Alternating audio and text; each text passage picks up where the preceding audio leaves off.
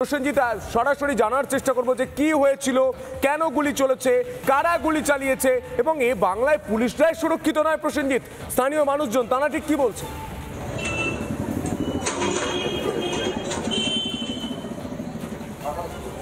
একেবারে সন্তু, তোমাকে আমি বলে রাখবো যে হাওড়ার ঘোষপাড়া এলাকায় যেখানে জানা যাচ্ছে যে রাত্রির ঠিক 12টা নাগাদ এখানে গুলি চলে এবং সেই গুলি চলার কারণটা হচ্ছে যে এই যে ঘোষপাড়া এলাকা, ঠিক আমি যেখানটা আমি দেখাবো যে এখনো পর্যন্ত রক্ত পড়ে রয়েছে এবং তার পাশাপাশি যে এই যে ফ্ল্যাট, এই ফ্ল্যাট থেকেই নাকি সম্ভবত তিনি আসছিলেন এবং এই জায়গাটায় তার গুলি চলে। তবে এই গুলি চলার কারণ এখনো পর্যন্ত পুলিশ কোনো রকম জানতে পারছে না এবং যেটা জানা যাচ্ছে যে এই এলাকাতে এরকম কোনো সিসিটিভি ক্যামেরাও নেই, মানে প্রশাসনের তো নজর নেই, কোনো রকম সিসিটিভি ক্যামেরাও নেই, তাই এই জায়গাটাকে বেছে নিয়েছে এবং এইখানেই গুলি চলেছে। তবে তার গাড়ির মধ্যে 4 জন ছিলেন এবং 4 জনের মধ্যে পুলিশ অফিসার একজন, তিনি গাড়ি চালাচ্ছিলেন এরকমটাই দাবি করা হচ্ছে। তবে এই ঘটনার পরিপ্রেক্ষিতে প্রথমত গাড়িটি রাখা ছিল ব্যাটরা থানার আন্ডারে।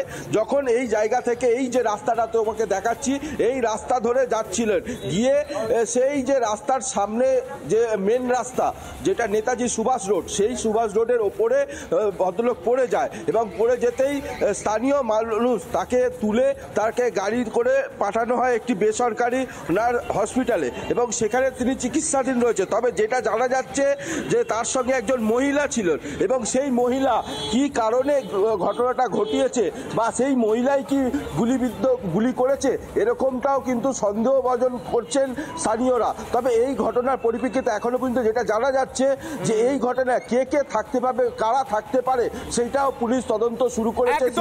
তদন্তের দিকে অবশ্যই আমাদের নজর থাকবে। প্রসেনজিৎ, আপাতত তোমায় ধন্যবাদ।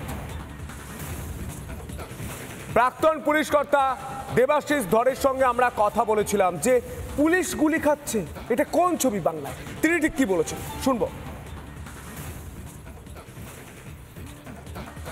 পুলিশ মন্ত্রী আছেন, যদি সিরিয়াসলি না দেখেন বা পুলিশ কমিশনার বা যাদের উপরে দায়িত্ব রয়েছে ল অ্যান্ড অর্ডারকে এনফোর্স করা, তাহলে অপরাধীরা কিন্তু এইভাবেই উৎসাহিত হবে। অপরাধীদের স্বর্গরাজ্য অলরেডি হয়ে গেছে, ভবিষ্যতে অপরাধীরাই মানে পুলিশের ওপরে ওভার পাওয়ার করে না আবার বাংলাদেশের মতো ঘটনা ঘটে যায়, এগুলো আমাদের দেখতে হয়। এটা মানে আমরা কি ধরনের মানে এখন ল অ্যান্ড অর্ডার সিচুয়েশনের মধ্যে রয়েছি, এটা কিন্তু অত্যন্ত গভীর উদ্বেগের। এটা রাজ্যবাসী হিসাবে মানে প্রত্যেকে যদি এটাকে সিরিয়াসলি না নেন, ভবিষ্যৎ কিন্তু অত্যন্ত দুঃখের হতে পারে।